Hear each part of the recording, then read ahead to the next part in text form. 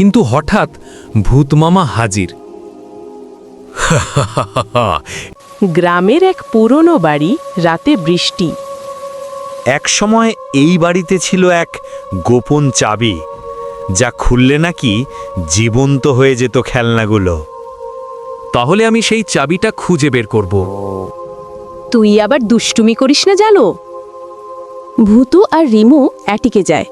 পুরনো বাক্সে তারা একটা মানচিত্র খুঁজে পায়। রিমু দেখ, এই মানচিত্রে একটা গাছের চিহ্ন। এটা তো আমাদের বাগানের পুরনো বট গাছ। তারা রাতে চুপি চুপি বের হয়। বটগাছের নিচে আলো জ্বলছে। যদি সত্যি সাহস থাকে তাহলে পাবে গোপন চাবি। আমি ভয় পাই না।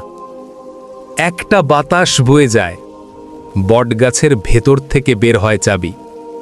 কিন্তু হঠাৎ ভূতমামা হাজির। এই চাবি দিয়ে আমার ভূত রাজ্য খুলব আমি। তুমি যদি সত্যি ভূতরাজা হও তাহলে প্রমাণ দাও।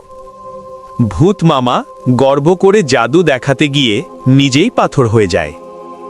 তোমরা সাহস আর বুদ্ধির পরীক্ষা পেরিয়েছ, চাবিটা তোমাদের।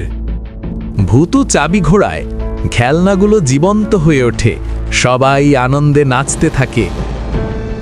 দেখো, সাহস থাকলে ছোটরাও বড় কাজ করতে পারে।